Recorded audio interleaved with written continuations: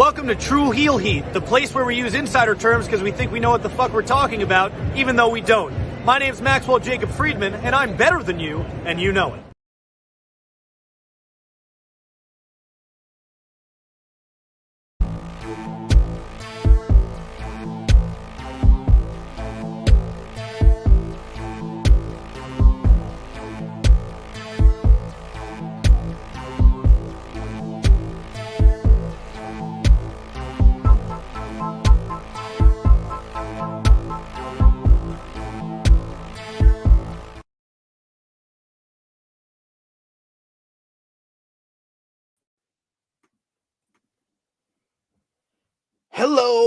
Hello. It is me, your True Hill Phenom, SP3. We are live on the True Hill Heat YouTube and Facebook for our AEW Revolution 2023 preview. We are here to discuss the huge card for this coming Sunday in San Francisco, California, AEW's first official pay-per-view of 2023. As always with these pay-per-view previews for WWE, AEW, he mostly joins me for those two. He doesn't care about New Japan or Impact, but he is the face and the ace of the True Hill Heat YouTube channel. My main man, Mr. Romeo Anthony Colon.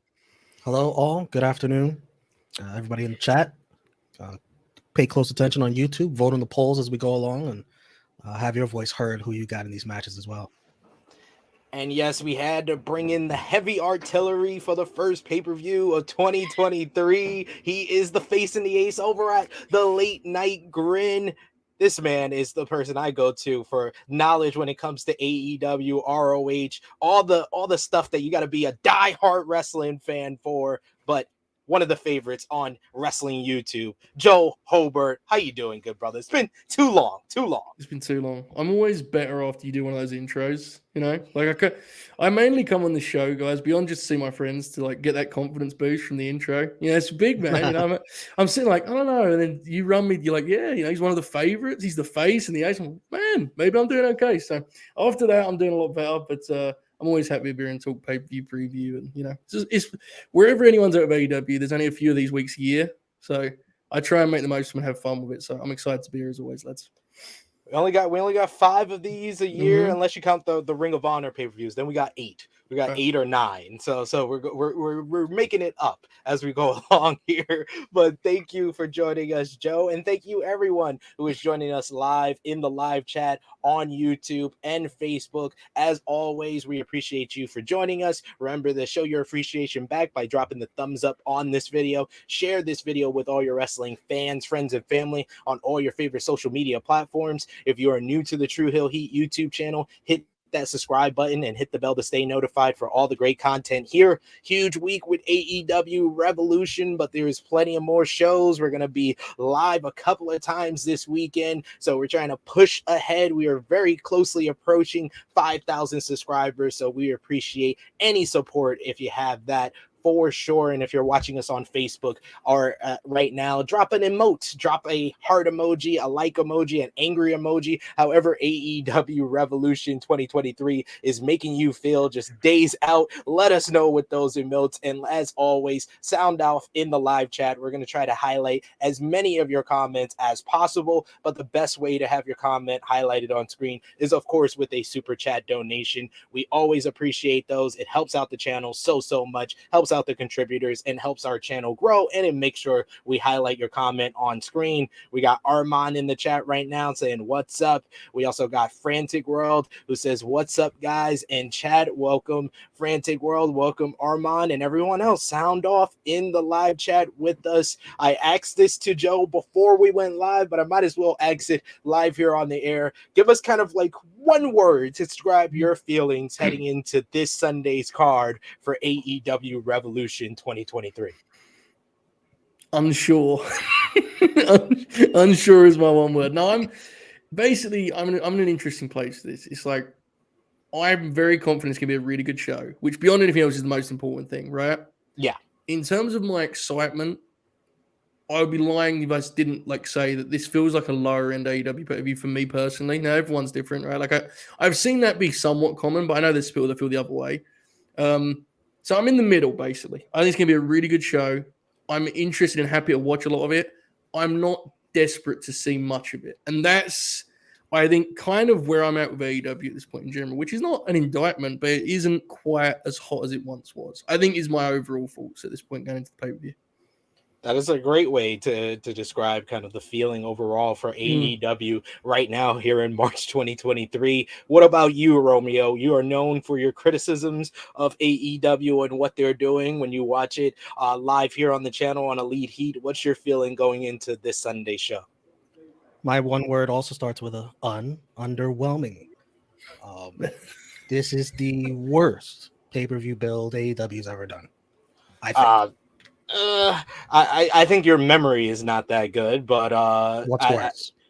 All Out 2020. All Out 2020 immediately comes to mind because the show didn't deliver and the build wasn't that great outside of MJF and Moxley.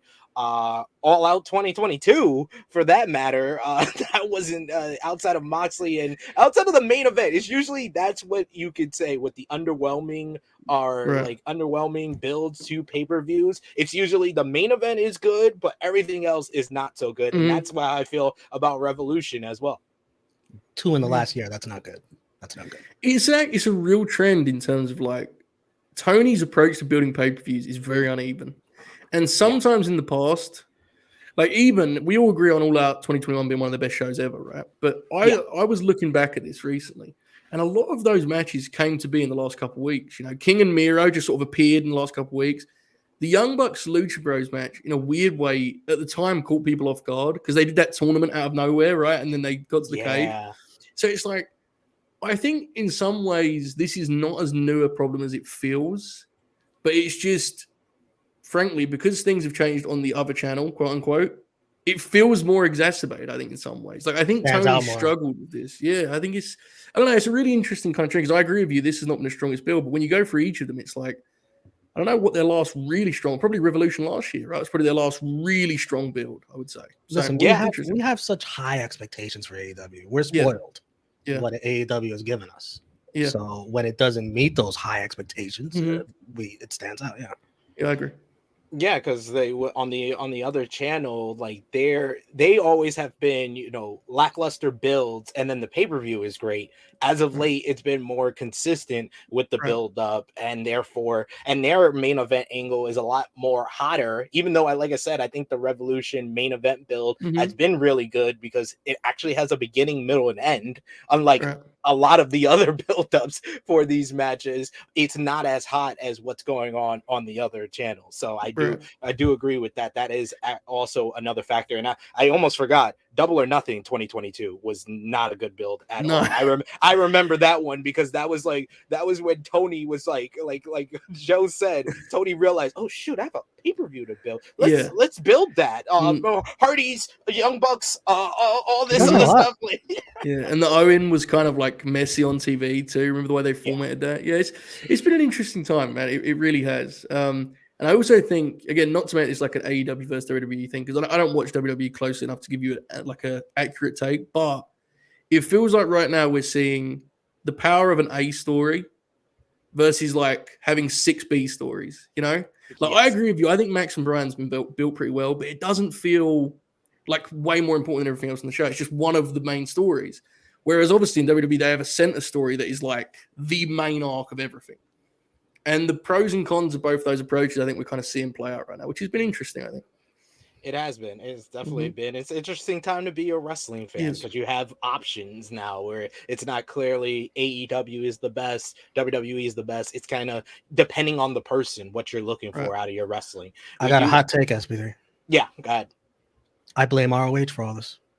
Haven't I been saying this for a year that ever since that Dynamite episode where Tony said I purchased Ring of Honor, the quality of the television and the quality of build-ups to pay-per-views has been down. It took a downturn the week he said that was the Dynamite before Revolution last year.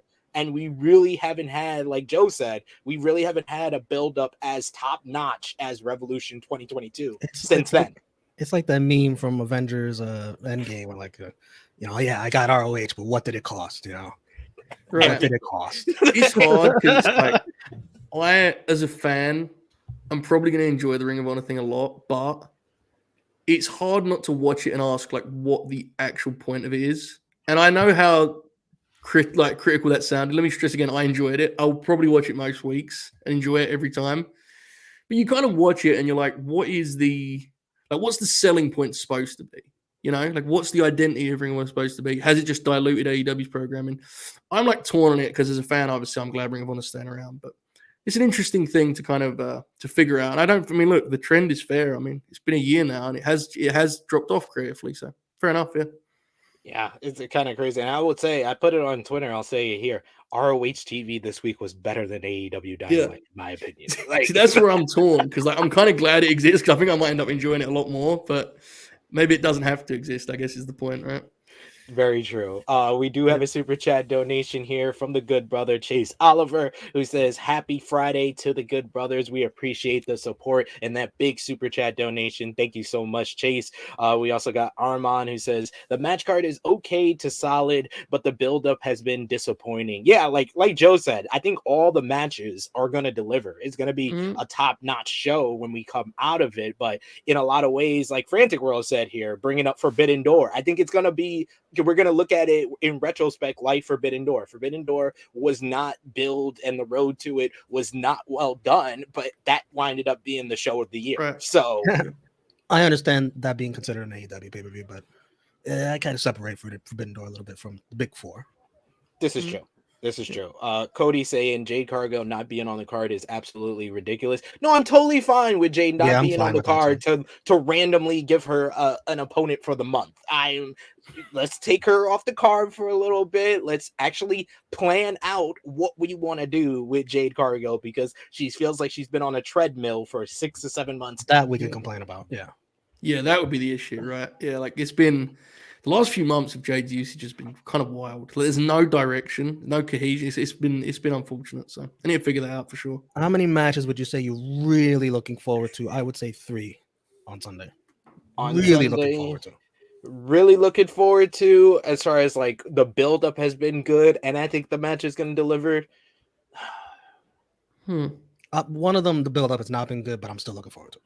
Yeah, and no, I'm looking forward to like Joe said, I'm looking forward to most of these matches when it gets to the ring. But as far as like both of buildup has been at least okay to really really good, I would say 2 matches on this card that I could say that the build has been somewhat all right, and I think the match is gonna deliver. But let's actually I think I know what those are.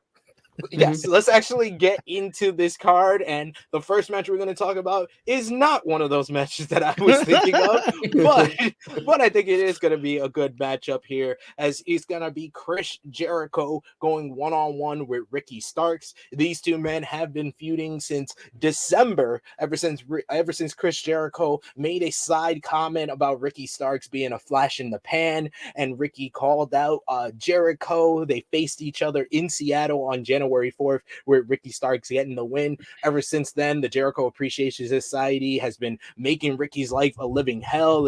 Jake Hager put him through a table. He then beat Jake Hager. They then set up a gauntlet for him to get another match with Chris Jericho, with him coming up short due to Ocho, Senior Ocho, coming out through the crowd and hitting him with the Judas effect to cost him the gauntlet against Daniel Garcia. He then beat Garcia and then pulled the Bugs Bunny reverse psychology on Chris Jericho to eventually get the match anyway. And with the Jericho Appreciation Society banned from ringside, this is an interesting matchup here on who's going to win, really. Who do you think? Who do you got on this one, Joe? Maybe it's wishful thinking, but I'm taking Ricky. I am very alarmed by the stipulation. It feels like a one of those bat signal moments of like, oh, trouble ahead, you know? And it's always a Jericho thing. Yeah, but Jericho, he got a win on Wednesday, and then they kicked the shit out of Ricky again. And I'm thinking, surely that means that Ricky's going to win on Sunday. Now, again, if anyone's doubting what I'm saying here, agreed. I get your doubts. I'm just choosing to be optimistic. I'm going to take Ricky. My actual take is, and I feel like I've said this on every preview show I've done with you guys regarding Jericho, I hope this is the end. Look, man, it's like I don't want to overstate it. He's had some really good matches, but this feud feels like it's been a new low. I don't even know what they're fighting about at this point, man. Like this is to me, in a lot of ways, it's Jericho's worst feud in AEW because the other one started good and fell away. This one hasn't even been going that long, but it feels like it's been going on for a lifetime because I don't know what they're fighting about. So I'll take Ricky, but I think the match will probably be good. I'm ready for it to end, unfortunately. Like, if the goal was to get to Revolution, which Chris Jericho has gone on record in an interview, it said that the goal of this whole feud was to get it to Revolution, then you should have had Jericho win on January 4th. Right. Yeah, that would have slowed down Ricky Stark's momentum that he built up in the quick program with MJF, but you already did that anyway, so why not just have Jericho win on January 4th? Then there's a reason for Ricky to want another matchup with him. I agree with Joe. The point has been lost on this one, and to that point, I think I'm going with Chris Jericho here. Yeah. I think the stipulation of the Jericho Appreciation Society being banned in Rick's side is a red herring, and Paul White will interfere, cost Ricky Starks this matchup, and join the JAS. Yeah. You gotta be shitting me, man. Fuck. Romeo, who you got? Yeah, this feud's been booked ass backwards. I agree with SP3. I've read this book before. Chris Jericho's winning this. This feud is continuing. It's not over. It's continuing. Yeah. It's unfortunate. But Paul, tall Paul, like I don't want to see that. Come on. He filed for the trademark of Jericho. Yep. So that's what's happening.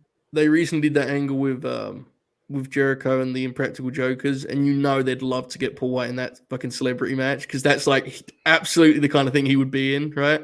He's gonna chop Q in the corner and they're gonna clip it for Bleacher Report or whatever the hell. Like, so yeah, you're probably right. I'm gonna concede. You're probably right. Trust me, ladies and gentlemen, I want Ricky Starks to win and just be over this and get the hell out of the Jericho verse immediately before he gets lost in the sauce like Eddie Kingston and the Blackpool Combat Club has. Both of those things did not survive. Santana and Ortiz did not survive that whole 2022 being stuck in the Jericho verse. Like, I'm hoping that Ricky can win and move on. I hope I'm wrong. But my gut just tells me, yeah, we're getting a new member of the Jericho Appreciation Society, and they cost Ricky here. Yeah, fair. Unfortunate, but fair. Next up, we got another feud that's been going on for even longer than Ricky and Chris Jericho here. This is going to be a no-holds-barred matchup, as it's going to be Jungle Boy Jack Perry going up against Christian Cage. These two men formed a friendship off of the Casino Battle Royale, guys. At Double or Nothing 2021. That's where this whole thing started when Jungle Boy eliminated Christian. They then formed a friendship and a whole unit with Christian becoming the mentor for Jurassic Express, helping them to the AEW World Tag Team titles at the beginning of 2022. But then when they lost the titles, Christian decided to turn his back on Jungle Boy, lay him out with a concerto, started talking crap about his deceased father, telling his mom to give him a call. You then had him turn Luchasaurus on Jungle Boy. Jungle Boy got his revenge for that at Full Gear when he defeated Luchasaurus in a steel cage matchup. Christian Cage was out injured for a while and then recently came back thanks to Jungle Boy saying that his goal for 2023 was to win a singles title, and Christian says, "Over my dead body." And this is where we're at here at Revolution. A lot of people thought that it was going to be a Buried Alive match, thanks to Jungle Boy deciding to take from the Darby Allin playbook of cryptic vignette with Graveyard and Tombstones. Romeo, who you got here, Jungle Boy or Christian Cage? By the way, 80% of you picked Ricky Starks to survive Chris Jericho. This match, this feud needs to be blown off here. Christian needs to have his coming up here. Jungle Boy Jack Perry has to win this match, especially if you have Chris Jericho beating Starks. The way to offset that is to have Jungle Boy win this. This feud is it got cold because of the Christian injury, but in the beginning, it was hot. It was white hot. It was the thing to look forward to every week on Dynamite. These Christian promos where he just killed this poor guy. They've been teasing Jungle Boy, not wanting to go to that dark side. This is where he goes to that dark side and he wins, comes through. Who you got, Joe? Who you got here?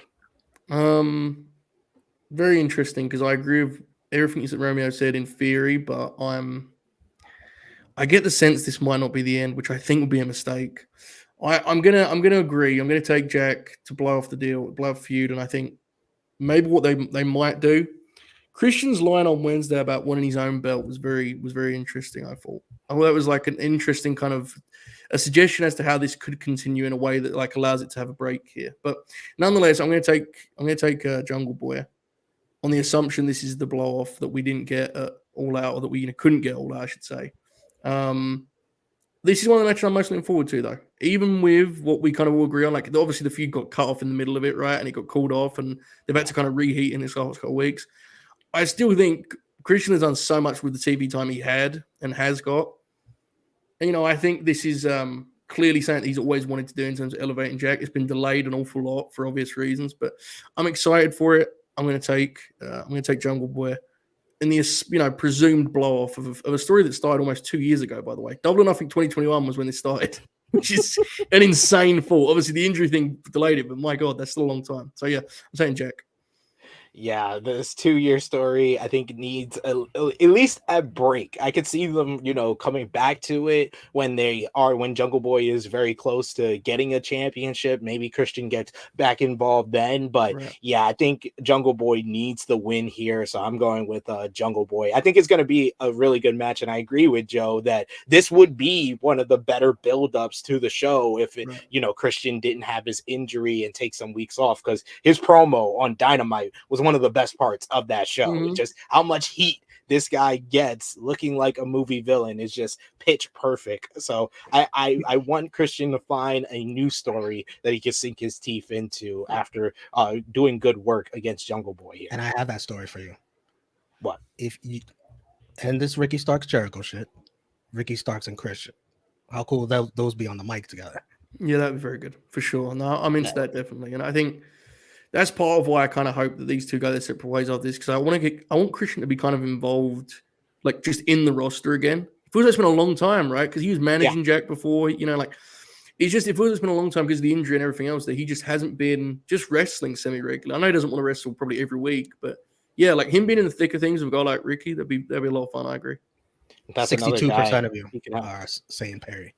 Okay. Yeah.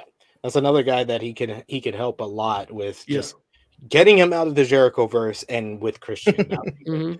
This is one of the matches that I was referring to, even though I do think that they had a little bit of downs during this feud, but this is what I'm looking forward to a lot. Texas Death Match. It's going to be Jon Moxley versus Hangman Adam Page, Part 4. These two men went against each other all the way back in October in Cincinnati for the AEW World Championship, with Jon Moxley getting the win thanks to a King Kong lariat that knocked out Hangman Adam Page, him suffering a concussion. Hangman would return following Full Gear and get right into the face of Jon Moxley, but he really wasn't cleared yet. He had that great promo where he talked about he couldn't remember his son's name after the concussion. Then he said, okay, I'm not mad about that. I'm mad you made fun of me when I came back. That's one of those downs. But then we got the second match between these two men in January in LA, which was a great matchup with Hangman defeating Moxley. Moxley suffering a storyline concussion in that matchup. Moxley taking a month off and coming back in Dayton, Ohio for the third match between these two, which was the best of their series, a bloody war in Dayton, with Moxley getting the win with a damn wrestling move, which did not settle anything between these two men. Moxley wanted to just leave it there at getting the win in the third matchup, but Hangman said he wanted one more shot, and one man has to leave with on their feet. The other man can't leave without any help So this is why we have a Texas death match here. It was 2 weeks ago. Moxley bloodied and brutalized Evil Uno, Hangman Adam Page's friend, in the Dark Order. We got that spectacular promo from Jon Moxley on Dynamite, one of the best parts of Dynamite as well, with that bloody Mox promo, one of his best promos. Even though he's a guy that has great promos at the frequency, this was one of his best this past Wednesday. Hangman with a more subdued promo saying that he has nothing left to lose and he's here to take everything from Jon Moxley. Like I said, I thought the build-up has been good. It could have been great, but they had some lulls with it, with Hangman getting checked out by doctors for a couple of weeks there, which was weird. But I think this has been a good build-up to this matchup. But who's going to win this final bout between two of the top baby faces in AEW? Joe, who you got? I got Hangman. I'm being pretty confident on that since the finish of the third one. It felt like that was like the tell as to where they were going to me. And then there was the following week, there was that segment with Mox kind of, to me anyway, trying to convince Hangman that, Hangman wasn't in his head. And it's like, no, man, he's for sure in Mox's head. That's, that's kind of the centerpiece of the story to me. So I think Hangman's going to win. And I think the Combat Club are going to kind of continue to lean heel. And I say lean because I don't think you ever need to really, they don't need to be like mustache twirling villains by any means, but they're just kind of dicks, right? They're so aggressive. Yeah. So I think they're going to lean that way. I will say, even with everything I just said, if I was the booker, I'd have watched those promos on Wednesday and I'd have been like, Hangman got a good promo, but that Moxley promo was that was something else, man. I mean, that was, again, like you said he's a great promo guy. That was one of his best promos ever, I thought. So I think Hangman's going to win. And let me be clear, he cut a very good promo on Wednesday, but that Mox promo was good enough to make me question my own read on the situation. It was that good, but nonetheless, I'll take Hangman. I'm excited for this one. I think they're gonna, it's gonna be very violent. It's gonna be a very good match, I'm sure. Yeah, this is going to be a bloody war, which I feel bad for any match that has to follow this on this card, because this is going to be one of a kind on a card that's going to have great matches. I think this is going to be like the most different, but I agree with Joe. I got Hangman Adam Page winning here, and I think that they do revisit this rivalry probably later on when one of the two men have the AEW World Championship. I think you can go back to this rivalry because this is probably the best babyface versus babyface rivalry AEW has ever done. Not a lot of them come to mind except for maybe Punk and Hangman, but I think this has been better than the build up to that matchup. Romeo, who you got? 57% of you are rolling with Hangman for this. To me, this was one of the hardest ones to call for the card. I could see it going either way. But yeah, I think Hangman needs this. I think he deserves this. I've become a real big fan of Hangman. I'm going to go with Hangman here. It's going to be a bloody war for sure. Wednesday on Dynamite, I think they tease Moxley showing some respect to Hangman. And it's just then, right then and there, he embraces the full heeldom with Claudio and Yuta, and they beat down Page even more bloody. I think it'll take a while to convince Danielson to join the rest of the Blackpool Combat Club in that dark side, but I think we're eventually heading to, of course, is you know what? Yeah, I mean, they've been leaning heel throughout the last couple of weeks, especially the promo segment with Moxley and Page when Evil Uno came out. They were very much like putting their nose down to Hangman, and I will say Moxley has been very complimentary of Hangman throughout this entire feud, talking about how he's like a man that he looks up to, even when Hangman came back from the injury. So, like I said, I think this has been a well done babyface versus babyface type of rivalry here. We got Frantic World who says Page should win this match. We also got the Stat King John Martin who says BCC seems like they're turning heel, and this may be a good way to do it if they are turning heel. We got Annika who says I'm answering all of these with my heart. Moxley wins with full bloody mayhem. That's what this match is going to be. Annika, yes, Danielson is a face. He just never wanted to go down the face tunnel. That's the difference. That's the difference. He's been a face for a while now. He just refused. He was like, nope, you told me to go down the heel tunnel. I'm just going to keep doing it. We got Danielson has been a little separated from the other three. Yeah, And, yes, definitely. yes. We got Stat King who shouts out Joe saying, "What's up, Joe? Glad to see you back man. on the channel." We also got talking about the earlier match we talked about. Chase saying, "Jericho winning for me. Jericho will lose on Dynamites, but on pay-per-view, the Jericho verse rules." And to answer Frantic World, he says, "Will we see Luchasaurus come back?" I think he's still injured. So I don't think we're gonna see him on Sunday at the pay-per-view. he was an important part of that story, though. Yeah, he was. He definitely was.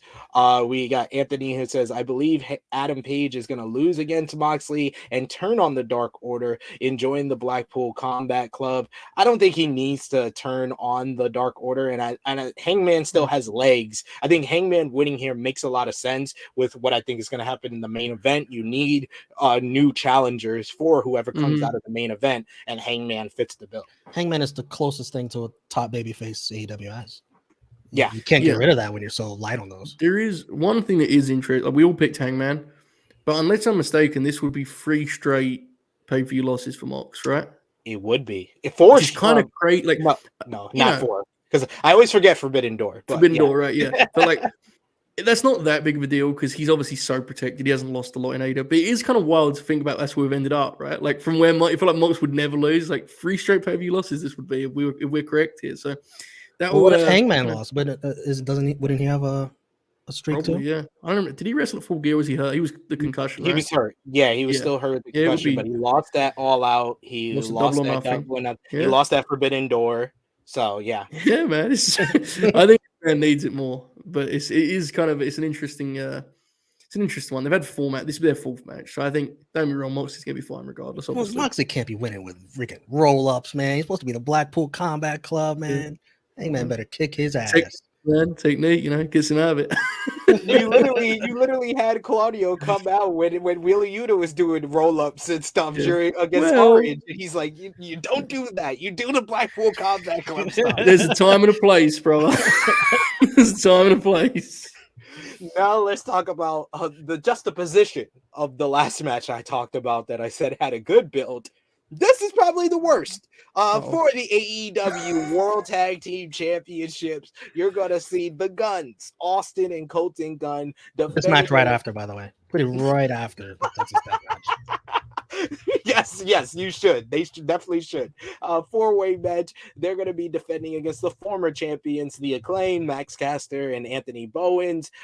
Team Triple J, or Team TNA, as I like to call them, Jeff Jarrett and Jay Lethal, and Orangehausen, the AEW All-Atlantic champion Orange Cassidy, and Danhausen. It was on the February 8th episode of AEW Dynamite. The Guns defeated the Acclaim for the AEW World Tag Team Champions to absolute silence.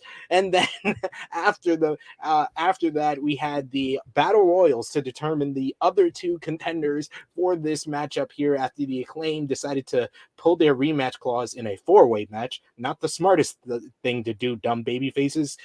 Team TNA won the first traditional Battle Royal thanks to Jeff Jarrett eliminating Trent. And then Orangehausen replaced Best Friends, who were injured by the firm along with the Guns. And Orangehausen replaced the Best Friends and won the Casino Battle Royale this past Wednesday on Dynamite. I said to Joe before we went live here that the Guns won the AEW World Tag Team titles and the hot streak of AEW Dynamite episodes ended. At that point, when they ended that February 8th episode, it's been so weeks for the last 3 weeks of Dynamite. This build up, doing the whole Battle Royal thing that they did last year ahead of Revolution. I don't agree with that. I thought the Casino Battle Royale on this past Wednesday's Dynamite was one of the worst things I've seen on an episode of Dynamite ever. Talking about 4 years of the show ever I've seen from AEW. But I think that the match could be fun because the people involved. Orange Cassidy has been low-key a workhorse and MVP for AEW in his All-Atlantic Championship run. Danhausen, I think, is good in these kind of multi-man type of matches. Jared and Lethal have probably been the exceeding expectations as a tag team overall. The Guns. And then you also got the Acclaim, who are very popular. So I think that the match will deliver. It's just the buildup has just been so bad. And then when you talk about AEW, you always have thought the best tag team division in the world. And then when you think about Revolution 2020, Hangman Adam Page and Kenny Omega versus the Young Bucks, one of the greatest tag team matches of all time. Revolution 2021. The Young Bucks versus MJF and Chris Jericho, arguably the best match on that card. Last year, 2022, it was Jurassic Express versus Red Dragon versus the Young Bucks. Great matchup. And now you got this. Joe, who do you got winning this 4-way match? I mean, I don't know. I mean, I think the Guns are clearly winning, but I don't know how we got here. I mean, you mapped it all out, but I still don't know. I want a map, I want explanations, what directions. No, I think the Guns are winning. This has been something that has been happening over the last year. There's been a really under the radar story of AEW's booking. This tag division has fallen apart in front of our eyes. And I feel like people are only just seeing it. Now, I see some FTR talk in the chat. And to be clear, I do think FTR are coming back pretty soon. But I always used to bring this up. You know when people discuss where should FTR go or what they should do?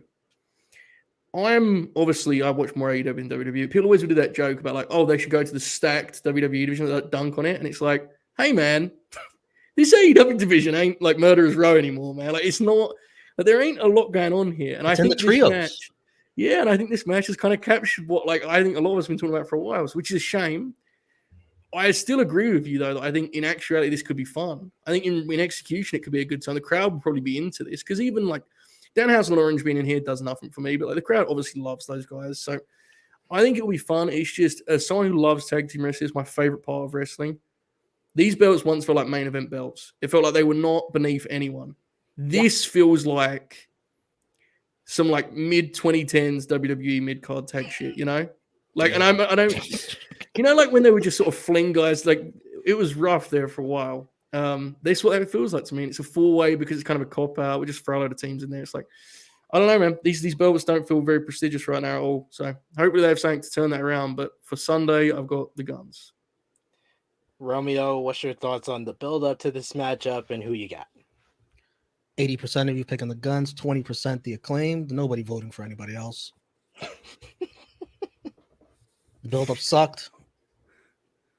Let's just talk about the tag team match on Rampage. The better tag team match. Yes. Top Flight versus Silver and Reynolds versus Claudio and Yuta versus Aussie Open. Put the tag titles in that match. I want to see that match. Switch it. By the way, I think Claudio and Yuta win that. The Guns win. I also got the Guns. I think the Guns win, and I do agree with Joe. I think FTR is going to be returning to AEW because one, Triple H, the great purveyor of tag team wrestling, has done jack and shit with that tag team division in WWE, almost as less as he's done with the women's division. Whoa! The tag team titles is gonna main event WrestleMania, pal. That has nothing to do with the tag team division. That has to do with the Usos and the great story of Kevin Owens and Sami Zayn. It does not have to do with the street. He's put together a lot of tag teams. He's actually has a tag team division, but he's done jack and shit with Legado del Fantasma, Imperium. He's barely done some stuff with them to establish them. He made up a tag team of Braun Strowman and Ricochet. However you feel about that. You got the Viking Raiders doing bollocks in a nice little production with Valhalla. Even though they can have great matches with the Banger Bros every single week, they always lose, it seems. So yeah, I wouldn't say that the tag team division is tantalizing for FTR to return to WWE. And two, WrestleVote's done probably ruined any chance of Dax thinking about going to WWE with that tweet that Vince McMahon made a match for WrestleMania. So, I think FTR is probably going to be the ones to dethrone the Guns after Revolution. But why not have them then win the Battle Royal on Wednesday and then have them in this match Sunday? We'd all be looking a lot more forward to it if FTR was in this match. Not all that good teams, bro.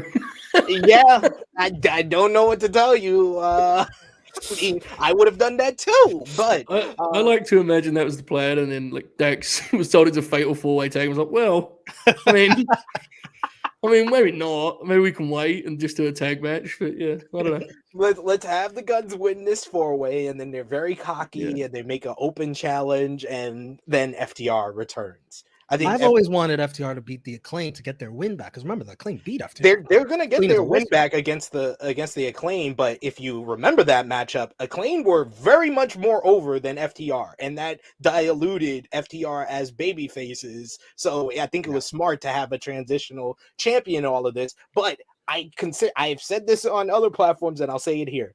When you go back and watch the January 4th edition of Dynamite, when they did the Dusty finish for Team TNA winning the tag team titles and all that heat, if you're going to take the titles off the Acclaim, that was the team to do it with. Jeff Jarrett and Jay Lethal, not the Guns. The Guns got absolute silence. Team TNA, that was heat. That was hilarious when they. It's rough, man. I did laugh. Yeah. Armand saying, I would love to see FTR post-match, either video or show up and challenge the Guns for the tag titles. I either see the FTR returning and beating the Guns for the tag team titles, or maybe they come back with someone else and get into the trios division. Sean Spears? Not 3D exactly chess. My man thinking 3D chess out here. By the way, R.I.P. the Acclaimed. Here they lie. Man, they were so over. Not everyone loved it. Actually saying at this point, I don't care who wins this tag match. Just hoping the aftermath is better. Hopefully, we get Cole and Kyle versus Young Bucks versus Aussie Open versus Lucha Bros.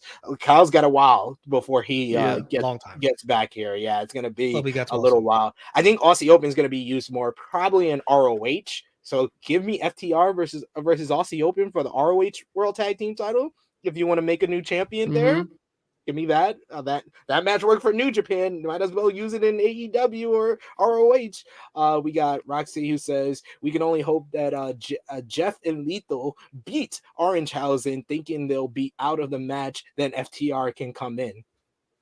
I wouldn't mind. Honestly, I don't know if I'm in the minority here, but Team TNA, they've been money for me. I've loved fun. Yeah, I agree. I mean, bro, I have a fucking picture of Jeff Jarrett behind me. You ain't in the minority here, bro. This is Jeff Jarrett Stan levels here, you know? That is the only entertaining outcome of this match. Yeah. Seriously, because you can't go back to the Acclaim and Orangehausen. No. But Team TNA, give me that. I'll be down for that. We do have a super chat donation here from the main brother, the #1 Jaguars fan, Kid Get Money, who says Guns are like the Jaguars. They're gonna win and piss everybody off, and everybody gonna say they don't deserve it. I love his comparisons. What a gimmick! What a gimmick! Always. All Jaguars comments. And we got Armand who says Billy Gunn turning on the Acclaim and rejoining his kids at Revolution makes so much sense. No, it made more sense when the Guns won the titles. Yes. That was what everybody was dreading when they made that matchup. That was the time to do it. Doing it now, it just being like you're about like 3-4 weeks too late. Yeah, with two other teams added, just now. Let's go on to, even though it might happen because Tony has been all over the place. I'm not discounting it. Yeah. I'm not discounting it. I'm just saying it made more sense then than now. Then we got another multi-person matchup, this time for the AEW Women's World Championship. Jamie Hayter will defend against Saraya and Ruby Soho. Jamie Hayter, of course, won the AEW Women's World Championship back at Full Gear and has gone through a babyface turn through this whole storyline of the AEW outsiders versus the AEW homegrown stars, with Saraya basically starting this by recruiting Toni Storm to be her tag team partner in LA against Jamie Hayter and Britt Baker. Ruby Soho has been somewhat stuck in the middle, with Britt trying to talk to her, saying that she's more AEW homegrown than she is an outsider. Saraya and Storm trying to recruit her to their side, but Ruby has been on a roll since her return back to AEW, being undefeated in singles competition. So she's more focused on the AEW Women's World Championship. So I think this will probably be part of the wider story of the outsiders versus the homegrown. But Jamie Hayter's in here, so I think it's going to be a good match. Who you got, Joe? I agree. It's kind of it feels like a plot point, right? The idea of Ruby between them, and now here she's in a triple threat with opposite sides, kind of alongside her. So I think Jamie's winning. I really hope this match exceeds expectations and over delivers, because there's probably a good story in here somewhere. Ain't the one I'm watching, unfortunately. It's been bad, man. Like, I love Jamie, but the only response I can have to the actual angle is like, I just hope Ruby gets away from all of these people. Like, they're just all. It's also annoying. I don't even like. I get what they're fighting about, but for why? Like, who cares? And Ruby just wants the belt, which fair. So hopefully the match is good enough that we can kind of get this thing moving in the right direction. I felt like this division was trending positively, and this was supposed to be the angle that then makes it go to the next level, and it's done the opposite. It's like took it back down to me. So it's a real shame. But as you said, Jamie Hayter's in the match, so it'll probably be a good time, fun watch. So hopefully the match is good. I've got Jamie to win. Like, I was so high on this when they did that first promo when Saraya picked Toni Storm over Hikaru Shida, and just the facial expressions of Hikaru Shida, and I thought it was a good idea, but they've done nothing to vindicate me in liking that first part of this, especially booking Saraya and Toni Storm to not be a female outsiders. They're more like the NWO meets the Bella Twins more than anything. Romeo, you've been down on this whole storyline since the beginning. Tell us your thoughts, and who do you got winning? And I have someone to blame for it besides Tony Khan. It's all Saraya's fault. think back to when she debuted at a Grand Slam. If we could go back in time and have that never happen, we probably get into that Jamie Hayter Britt Baker feud that everybody wanted. We probably get into that, but no, everything had to be booked and revolving around Saraya ever since then. And I hate it. It's all. It's not. She's not even a good wrestler. I don't mean to sound mean. I'm worried about this match just because she's in it. That's just. I don't look forward. Oh, Saraya's wrestling tonight. Gotta watch. No, that thought doesn't come across my brain. But that being said, I want chaos. Fuck it. I want pure chaos right now. Have Ruby Soho help Saraya win. Have her join with Saraya that way. Saraya's your new champ. Oh my god. But no, that's not gonna happen. Hayter wins. I want chaos though. I hope to God Hayter wins this one. I'm going with JB Hayter as well, but they need to do something, because we need some type of development. I can see Jamie Hayter beating Ruby Soho, and then the Dynamite following this, Ruby then finally joins up with Saraya and Storm, because you need something to progress this whole story, and her being stuck in the middle is just no. Frantic World saying Jamie for the win. After this, we need that woman's blood and guts match. I don't know if they have enough story to get there now. Yeah, I love it in theory, man. It's cold. It's such a shame. Here's how you got to do it. You got to somehow make the WWE side much, much stronger. That starts with Soho. You still need something else after that. Yeah. You need it to get to the point where the AEW originals have to swallow their pride and ask Jade Cargill to join them. Yes, I agree. Good. Yeah, I need to get to that point. I think I'm also intrigued by it, and I'm hesitant on this because I think it could really kill her cool factor. But Jade also seeing the AEW women as losers, even though she's not a WWE chick, just because she's a star. Like her being the actual centerpiece of the heel side, because that's my one issue with it in terms of like, I don't want them to get too stuck on the WWE thing, because I feel like it's hurt Tony a lot. Yeah. I don't know what you guys felt, but I never perceived Tony as like, oh, she's ex-WWE. Like, she was barely there on the main roster. Like, to me, she felt like an AEW wrestler by that point, and it's like, now they've called her off completely with this. So Jade being involved either way, I think would be logical. Just to add some star power, some excitement, some interest. Like it's rough right now. That's a shame. And even though I feel like Tony is more comfortable as a heel, she just seems like she always came off as like kind of a bland baby face, but with the heel, she's shown more personality. It's just that they give her nothing to work with, and she's just jobbing everybody. She lost to Ruby, she lost to Riho, like. And then she can't beat Willow without any help from Saraya. It's like you've dumbed her down. This was a woman that was beating everybody as the AEW Women's World Champion, and now you kind of dumbed her down. When she lost the belt, she had that great like sit down interview, which is one of the best kind of promo things she's done. When she had the swelling, and she was like, if you're a big Toni Storm fan and you're watching the show for her character, and I'm not saying there's a lot, but like I don't know. Her term was the most ridiculous shit ever, right? Like she just was a heel one week. And it's like, since when has Toni Storm's character been that she resents the AEW women? That's not been her at all. It's bizarre, man. It's really unfortunate how this thing's developed. It's just been very badly executed. And Romeo goes back to Grand Slam. I don't even think that was a problem. Yes, they kind of booked everything around. That's just where it started. It was the promo between Britt and Saraya. That was the real turn for Saraya, where she was no longer a babyface when she's like basically telling Britt Baker she's done nothing. When Britt's been the biggest female star for this company, you basically just buried the whole company by saying she's done nothing. Yeah, I got a question for Joe. By the way, 89% of you picking Hater, 11% Saraya, 0 for Soho. Do you think Mercedes Moné eventually gets involved in all this? I don't. No. Moné. As a fan, I would like it, but I also completely would understand if she watches it and is like, well, no. I don't think she's gonna. I think she's gonna, and like I mean this isn't meant as a criticism, but I think she's gonna do her thing, have a lot of fun, and then eventually go back. And that's. Look, man, God bless her. She's gonna make a lot of money, and she's a superstar, right? So, like, I don't mean that as always like a run from the grind take. Like, I mean, good for her, but that's what my read on it is. There's obviously always rumors and stuff, but I think Tony may have, from my understanding, may have overestimated how close he was to getting her for that LA show. I think he got way carried away in terms of what she wants to do and what he wanted to. So, the biggest issue from what I can gather is like the full-time element, right? Tony wants everyone to be locked down to big contracts. Mercedes ain't signing a long contract of AEW. She shouldn't either, So I think that'll be the biggest issue, unfortunately. I think the closest we'll get to her in AEW is Forbidden Door. Agreed. If they can do something with New Japan and work out the deal, and we could do maybe champion versus champion with Mercedes versus Jamie Hayter, sign me up. Sign me up. I'd be down for that. And we don't have to have her here full time, but at least give us that for Forbidden Door. Yeah, I agree completely.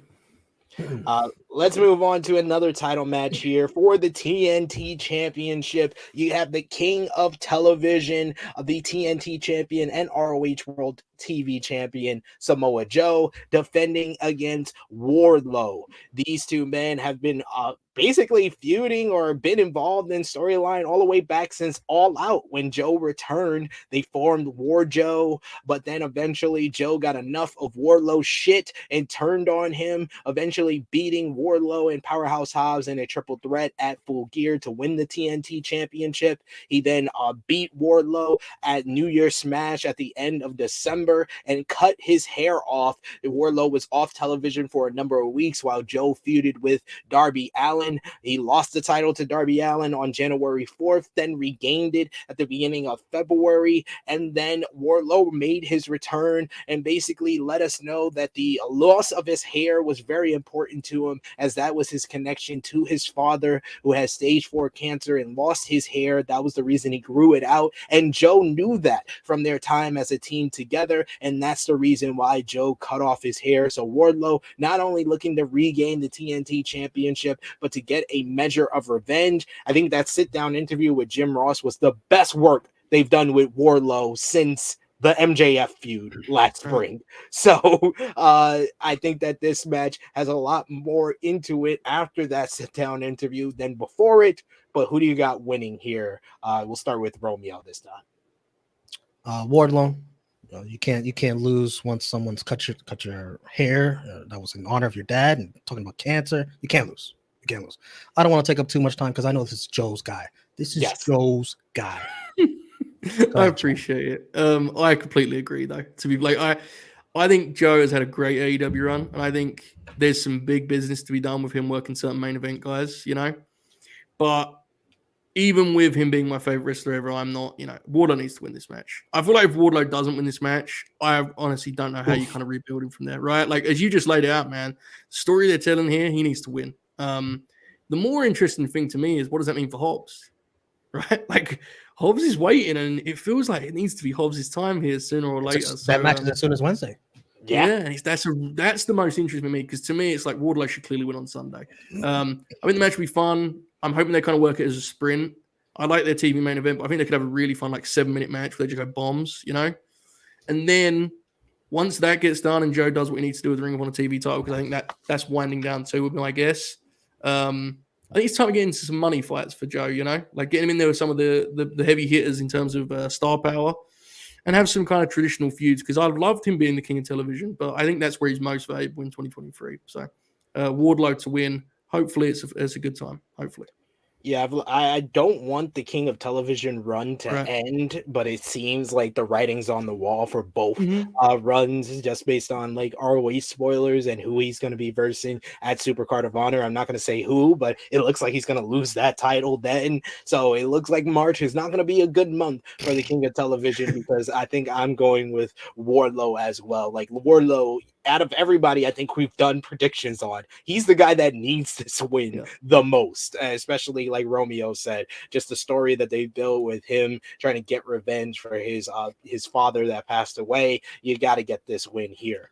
I thought that when Wardlow won the Face of the Revolution match, I thought he was kind of, because you could use that to call your match whenever you want, right?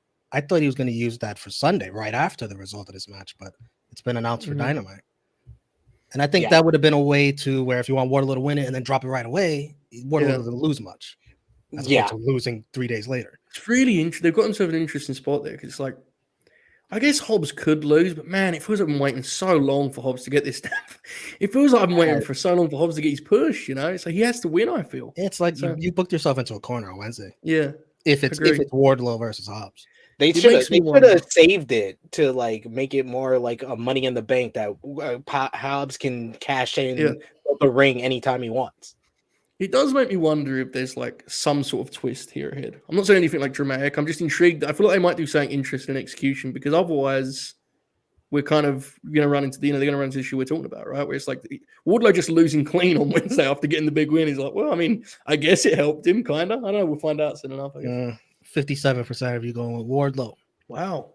Close one. I thought more, yeah.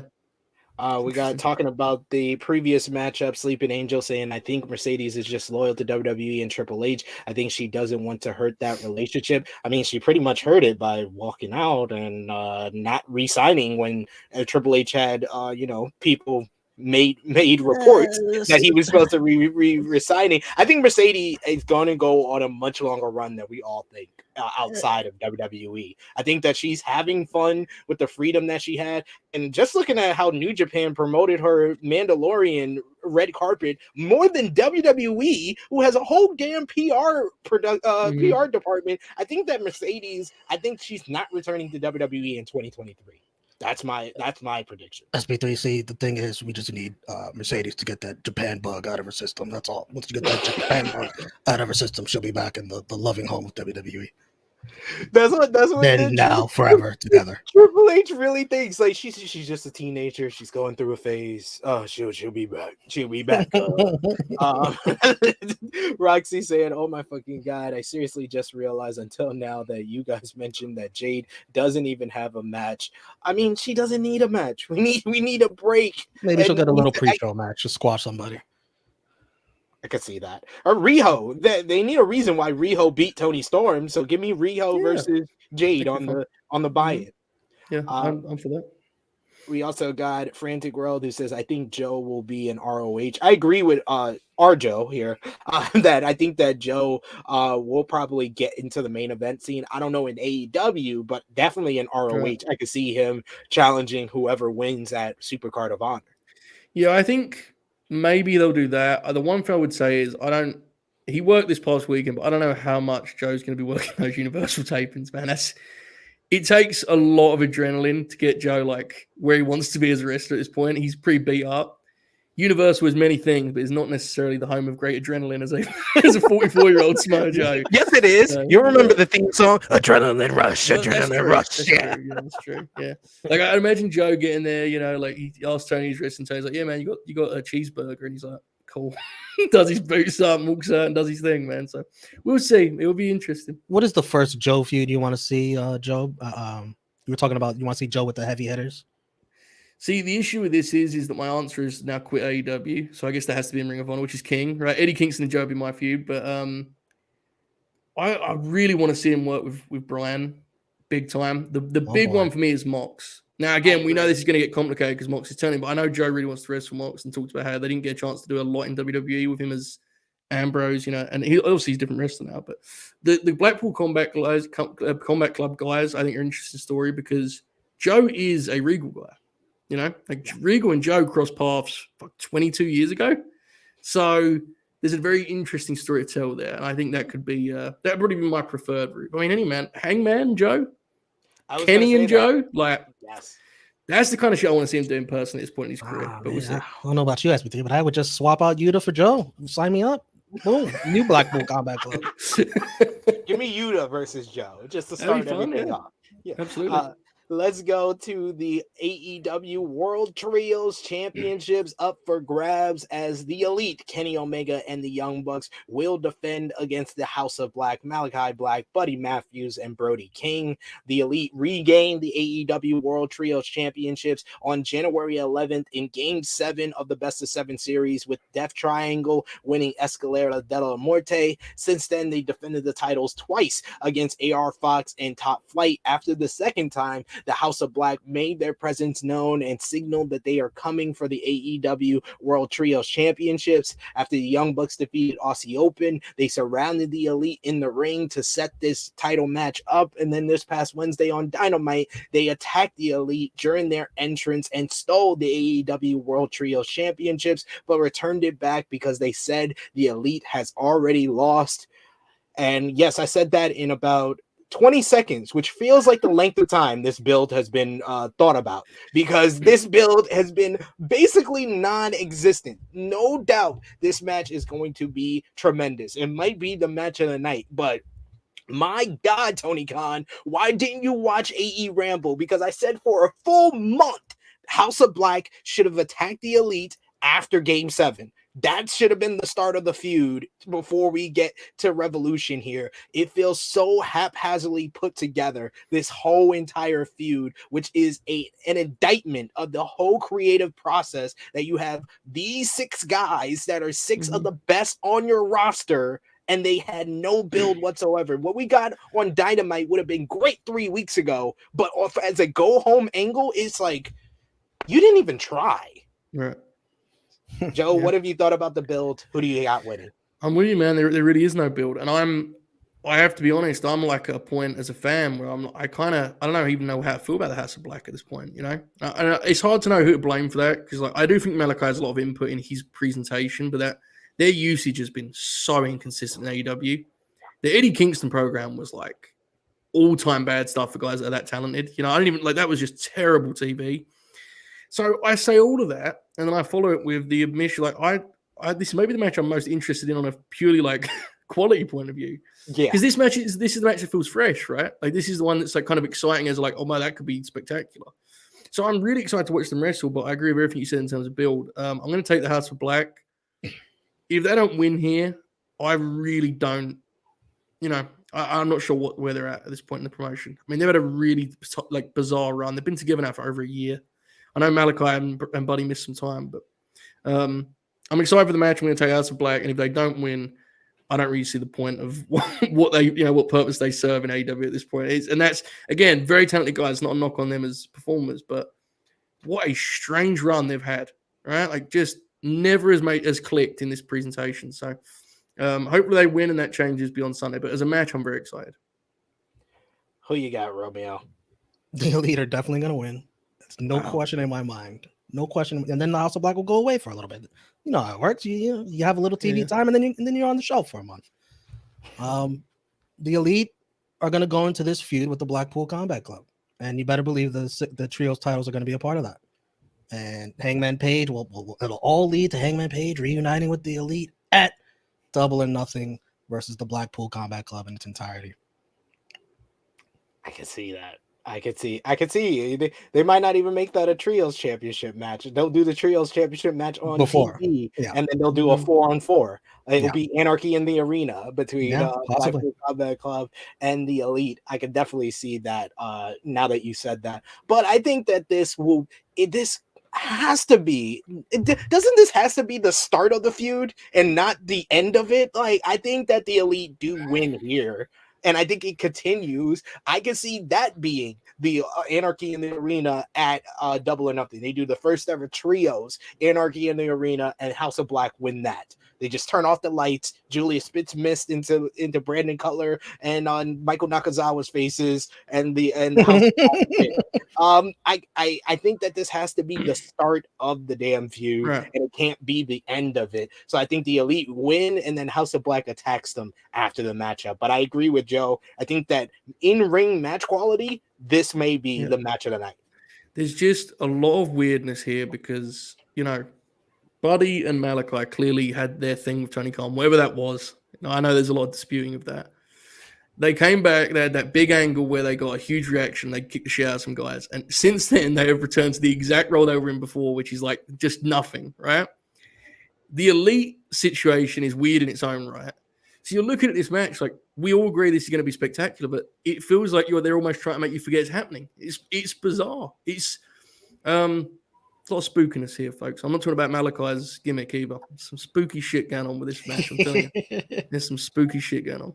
Yeah, especially because we have all the rumors and the talk of Kenny Omega and the Young Bucks deals about to expire. And it's just like, Tony, don't be foolish and don't think that you could still be AEW without the E in AEW, the Elite leaving this company. Actually act like you care about these guys. And Kenny Omega, I think that, like I said, I think that the Elite hold on to the titles here, but they're not long for this trios division. I think at the next pay-per-view, they should drop it, whether it's against House of Black again, whether it's against Blackpool Combat Club, because Kenny is more needed in the main event scene, and the Young Bucks are more needed in the tag team division. Yeah, agree. Absolutely. And then finally, the results real quick. 56% going with the Elites. And I noticed a lot of comments in the chat. Really, really, really want House of Black to win this. Yeah, a bunch of people are very much looking forward to the House of Black winning. We got Frantic World who says, I know the Elite will win, but House of Black needs this W and give me Kenny versus Buddy. Like, how did you not do that on TV? I would have thought that was like the simplest thing to do, some type of build-up in the ring. And especially with all the last 3 weeks of television, it needed a Kenny versus Buddy on those TV shows. Come on. That's the height of like the weirdness in the usage of House of Black. Buddy's like, his whole thing, he's a guy you need to let wrestle, and he just doesn't wrestle, like hardly ever, right? It's really interesting. I would love to kind of know more about how Tony perceives the act, how much of it is intentional, they don't wrestle because they're an attraction, or if he just isn't into it. I think there's a real chance he just doesn't get like what they're going for, because they're not like, even when they were on recently, how much of their stuff was on Rampage? It was kind of like hidden away. Yeah, do that thing with Eddie Kingston over there, and it had no real payoff, really. Like, I don't know. I guess we'll find out in Sunday how into him he is. Because the payoff Eddie was and Ortiz. They honey-dicked Eddie. They made Eddie believe that they wanted him in the group, and then said, nah, never mind. And then the payoff to him and Ortiz was they brawled backstage and Eddie quit. I don't know, man. I'm not sure this is the most cohesive creative direction going on, but no, we'll see. I doubt we see Ortiz again if that's the case, if Eddie's not in AEW. And Negro Bug saying, going for the Elite, even though House of Black should win, I'm over the Elite in the Trios division. How are you over the Elite in the Trios division? They just got here. They just got the titles back. I don't get that. I think a lot of people miss Kenny Omega singles matches. I get that.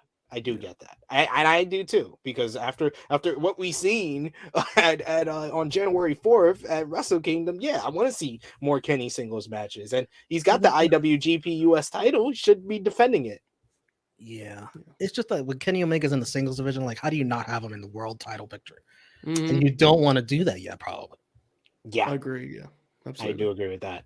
And then finally, let's talk about the main event, fellas. It's for the AEW World Championship, a 60-minute Iron Man matchup. MJF will defend against Bryan Danielson. This one dates back all the way to Full Gear, where MJF won the AEW World Championship thanks to an assist from William Regal, who turned on Jon Moxley, handing MJF the brass knuckles to get the win. 2 weeks later, MJF turned his back on William Regal, basically honey dicking William Regal and punching him in the skull with the brass knuckles, laying out the poor man, sending him to a hospital. It was Bryan Danielson who ran out and stood by William Regal's side in the hospital as he recovered.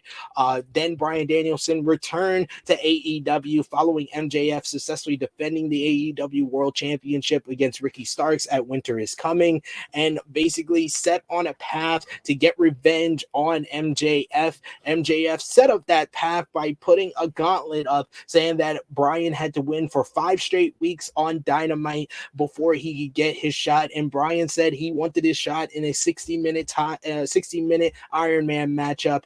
Bryan defeated the likes of Konosuke Takeshita, Bandito, Timothy Thatcher, Brian Cage, and then finally Roosh in one of the best matches in AEW Dynamite history to finally get this match confirmed here. Since then, MJF has said the real reasons why he hates Bryan Danielson, because Bryan Danielson has everything he wants: a family, because the woman that he wanted to make a family with broke his heart. And every time Bryan steps into the ring with his history of concussions and seizures, he's prioritizing wrestling over the thing that MJF wants the most. And Bryan says that MJF really hates him is because he is everything that MJF isn't. He's fought for everything. While MJF has a silver spoon in his mouth, Bryan has fought poverty, he's fought depression, he's fought head injuries, shoulder injuries, retirement, the Authority, and now at Revolution, if MJF isn't ready to fight, he's gonna kick his fucking head in. What a promo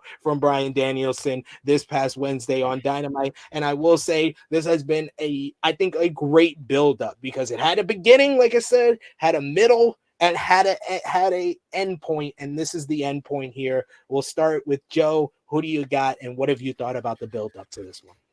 Yeah, I agree with you on the build. I think at times it's felt like they've been trying to figure out the correct story to tell, which isn't necessarily charisma. You have to try and heat the match up, and I think they've got there in the end. I like this week's promo a lot. The biggest issue for me is, and this is just, kind of the way it goes sometimes, I just don't buy that Bryan is going to win this match. And look, folks, that is what he is. He's one of the best wrestlers ever. I love him dearly. I'll happily watch him wrestle any given day. But a pay-per-view main event is often, the build is decided by how can you convince me that maybe, just maybe, there's going to be an upset, there's going to be a title change. I don't buy it. So I got Max winning. I wish I had more, belief in a switch, because I just think it would be exciting and fun to do that. I completely get why a lot of people want MJ to be the champ for a long time. And even if Bryan won, I think, Max should obviously get it back. But I just feel like it's a shame. I feel Bryan's usage is such that I just don't buy that he's winning this match, which is unfortunate. I will say, though, as a great big wrestling nerd, I'm very interested to see how this match comes out. 6-minute Iron Mans are really challenging. Luckily for Max, he's not only very good, but he's also wrestling Bryan Danielson, which is pretty helpful. But I'm interested to see how Max does here, man. This is really interesting to me. He's a guy who, whenever he does wrestle, is very impressive. But this is a first for him, obviously. It goes without saying, right? The Punk match was long, the first Punk match, but this is different. So, very interested to see how this turns out. Excited to watch the match, even in terms of result. I'm not getting forward on this. I got Max winning for sure.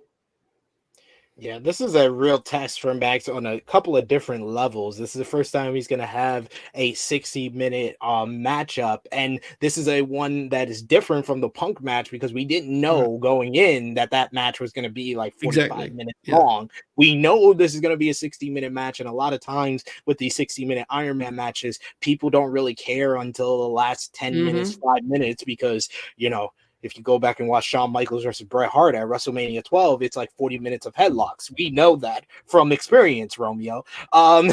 So people are not going to get into this matchup unless it's very interesting. And I think he's in there with the right guy because Bryan has proved that he can do a 60-minute matchup with that matchup that he had with Hangman Adam Page, one of the greatest matches in that AEW Dynamite history at Winter is Coming 2021. But also, you know, MJF gets a lot of credit for last year's Revolution 2022, their buy rate being, you know, so big with his program, with Punk being the, you know, the main draw for that.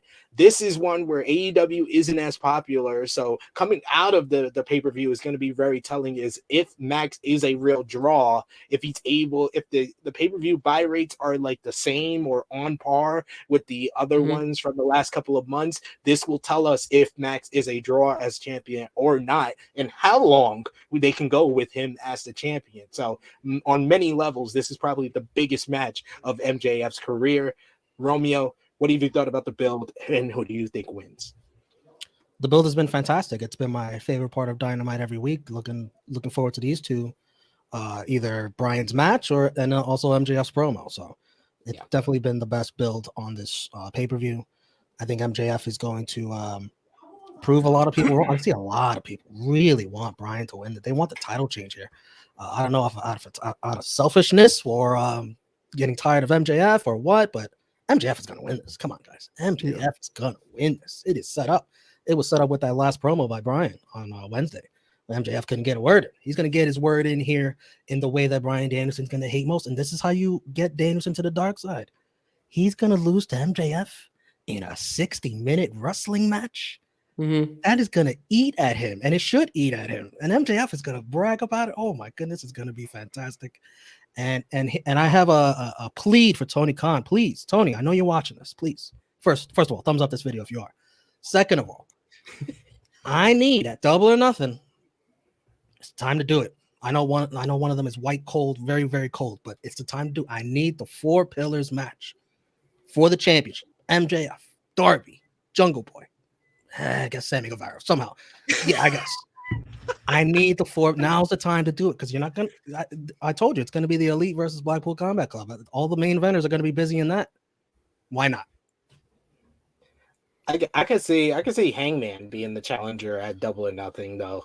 I do agree with you guys. I think MJF gets the win here. It's kind of clear as day that MJF should get the win and continue his run 100%. I would love that 4 pillars matchup. I've been saying since before MJF was champion that I think Darby Allin should probably be the guy who dethrones him, or you know, after the Winter is Coming build up, or Ricky Starks or Darby Allin is my choice to be the one to dethrone MJF. But you have to build to that and doing the 4 pillars matchup before we get the singles rematch between Darby and MJF. That's a great idea. I do like that idea. But like I said, I think that Hangman wins his Texas Jeff match, and then 1 year the day since he lost the title last year at Double or Nothing, he challenges MJF for the championship at Double or Nothing in May. I think that's the route to go. But like I said, I think this is going to be a very interesting match of how they lay it out. It's gonna be very, very interesting how they do this. We got in the comments here, Sleeping Angel saying the building has been outstanding. The build has been outstanding. This is the best build of the pay-per-view. We got Negro Buck for some reason saying that I know you lying. They've done better builds. Then Sleeping Angel said, I'm just saying this is the best build on Revolution, which he is right. And Negro Buck saying you lie. Fight. Yeah, fight. Continue to fight. But you're trolling. You're trolling, Negro Buck. You want to hear these poll results? Yeah, go ahead. 53% MJF. 53%. Wow. That's so close. That's crazy to me. Honestly, Joe, that's wild. you see though the promo on Dynamite. Yeah, man, it worked. See, the reason I don't, as a Bryan Danielson fan, he will not fool me because I know that man don't want the title belt at all. That dude don't want to be champ, man. He's like, I don't need that. Let me work New Japan Strong or some shit. I don't want to be champ, so I ain't being fooled. But that's good. It shows that it worked. That's good stuff. I'm excited. Yeah, Mhm. and it's they've made him look like a credible challenger with For those, sure, yeah. those great matches every week on Dynamite. Absolutely. and I was talking about the four pillars. Can we like make like a what do they call it when they a retcon, something like that? Retcon. Can we like Yes. substitute Ricky Starks for Sammy Guevara when it comes to the four pillars? Agreed. I agree. Just like Especially after shirt, Sammy's never performance in the explain ladder it. match. Yeah, just make a new shirt of the four pillars and it's just Ricky in that spot and no explaining it all. Just Ricky standing in front of Sammy like this. Yeah. That's good. Yeah. Yeah. Oh man, Dragon is that good. I think that's why it was so close in the polls here. But like I said, great build up for this matchup. Great build up, the best build up of any matchup on this card here. But that brings us to a close on our AEW Revolution 2023 preview. As predicted before we went live, we went well over an hour. Joe, you're gonna get the. You thought it was gonna be quick. Like, I was like, their 8 business. matches. 8 matches. I was like, it's going to be quicker than the other ones where we had like 10, 15 matches. To talk about. That's what it is, man. It's like I'm like Ric Flair's NWA World Champ. You know, like I'm gonna be out there for a long time. Broadway. You know, yeah, man. We did the Iron Man match. Yeah, Iron exactly. It's Man. easy. It's easy. I don't know what Absolutely. these guys are whining about. It's easy. Joe, let the people know where they can follow you on social media, the Late Night Grin, and everything you got going on, good brother. Yeah, man. LateNightGrin.com is the place for all of my usual antics. Also, Wrestle Purists. We have a lot going on there. I have a podcast every Monday on Wrestle Purists. LateNightGrin.com will clue you in pretty good. There's match reviews. There's WWE, AEW, New Japan, all sorts of coverage over there. Very similar to what the guys do here. You know, just covering wrestling best we can with myself and my friends. Also, some love to Stat King in the chat earlier too. I need to get him back in my LNG territory. You know, I've got to get him back. He's tremendous, so talented. But unfortunately, he ended my orbit at the worst possible time where I was losing my mind. So he'll be back soon, hopefully over here. But shout out to him. He's the man. So appreciate you boys. It's fun. Yeah. Always appreciate having you on for these previews. If you do have time, I'm gonna put the invite live here. You could come and join us if you want for our review on Monday. I put out the invitation only to a select few, so you are one of the select few, Joe. What time are you guys going? Because I'm watching it on Monday, so it may be tough. But what time roughly? 12 p.m. Eastern, so that's 5 p.m. UK. Yeah, I'll probably just start the show by then, unfortunately. So I'll be out of the game. I can't watch the show until like 4. So I have my phone. That's why I remember last time when you asked me, I got back to you like after you'd finished the review. I was like, hey man, I just got my phone. Because unfortunately, like once You upon a avoid time, spoilers, right? yeah, because once upon a time it would be like, Nice. you know, I could easily just have my phone. And now, No. look, I mean, Not I'm at not saying I'm popular by any means, but good. People just text you just for All cold over. shit, you know. So this is what. Unfortunately, I have to just turn my phone off now, which is, Yeah. let me tell you, that's a Only way. test. That's a test at this point in my life, but that's what I have to do. But yeah, one day I'll be on one of those. I hope one day. Yes, Stat King says he just sent you the text. He says, I'm always around. Look at that. He's Love, the man, love bro. the love. Very, in very the talented. chat. Very, very talented. Love him. We got Sleepy Angel saying great stream, guys. We got Negro Buck saying great preview as always, guys. Everyone have a good day and stop trolling people in our chat, Negro Buck. You're better than that. Sorry. And he says good live stream, guys. See you on the next one from Frantic World. Thank you guys for joining us. Romeo, let the people know where they find you and when you'll be back on the channel, sir. For Romeo Anthony, Twitter, Instagram, and YouTube. Check out my YouTube channel where we do reactions and reviews. Mandalorian, The Last of Us, Bel Air, all that coming soon. Join me here on this channel. Tonight is 50-50 right now, but I think it's going to be most likely yes for SmackDown and Rampage watch along. Tomorrow night on our sports channel, UFC 285, and of course Sunday nights right here, Revolution watch along, all that and more. Yes, I just uploaded the graphic there. Yes, this Sunday, excuse me. I get confused. Sunday, 7, or you starting at 7 for the pre-show? Yeah. 7 p.m. Eastern time. Join us for our AEW Revolution watch along. Romeo will be here. True Jaw Josh will be here. A bunch of the folks will be here either from True Hill Heat or from around the point for our AEW Revolution watch along. So join us for that one. Tomorrow at 11:05 a.m. Eastern time, you got True Hill Heat 2:15 with myself, Miss Chrissy Love, and special guest Professor Nick Harrison from over at Fightful's Take TikTok, Fightful. You've seen him on the main channel. One of the funniest dudes when it talks about wrestling and sports. So very happy that he's joining us tomorrow on the Flagship Podcast. So join us live 11:05 a.m. Eastern Time. You can follow me on the Twitter machine at TrueHillSP3. Follow the gang, Facebook, Twitter, and Instagram at TrueHillHeat. Patreon.com/TrueHillHeat. Plenty of great content over there. We just loaded up our 51st anniversary preview for New Japan Pro Wrestling because that show's on Monday. So if you're staying up late for Revolution, you can go right into New Japan Pro Wrestling after the Tony Khan press conference. After Tony Khan will lead you right into New Japan Pro Wrestling's 51st anniversary. That's how it works. That's where CM Punk makes his return, the media scrum. You're gonna pop in there. Did I miss anything, boys? I miss anything, boys. Roxy saying great stream, guys. Can't wait for Sunday. Romeo answered you on that one, Sleeping Angels. He's possible. He's 50-50 on it. I want to ask Joe a few questions if he's got time. Go ahead. Yeah, absolutely. With rapid fire, because these are from our prediction contest we do on our Patreon, patreon.com/TrueHillHeat. Over or under 3.5 falls for MJF in the Iron Man match? Under. I think they're going to probably wait a long time so they give you a full on that front. I think under. Will Moxley bleed before or after the 4-minute mark of the match? He's going to make you wait. He's going to go like 6 minutes after. Over or under 2.5 power bombs from Wardlow? Oh, under, bro. You got to really convince Joe. 2 will be a lot. Yeah. Remember how they set up the one he did on TV? He had to do the gimmick where he was like on the buckle and he pulled him off. Yeah, 2 under for sure. And over or under 4 hours 15 minutes for the entire pay-per-view? Our Iron Man makes that very tricky. I'm gonna say it's gonna be 4 on the dot under. Wow. Answer those questions and a lot more in our prediction contest on our Patreon. That's good shit. Yes, I like it.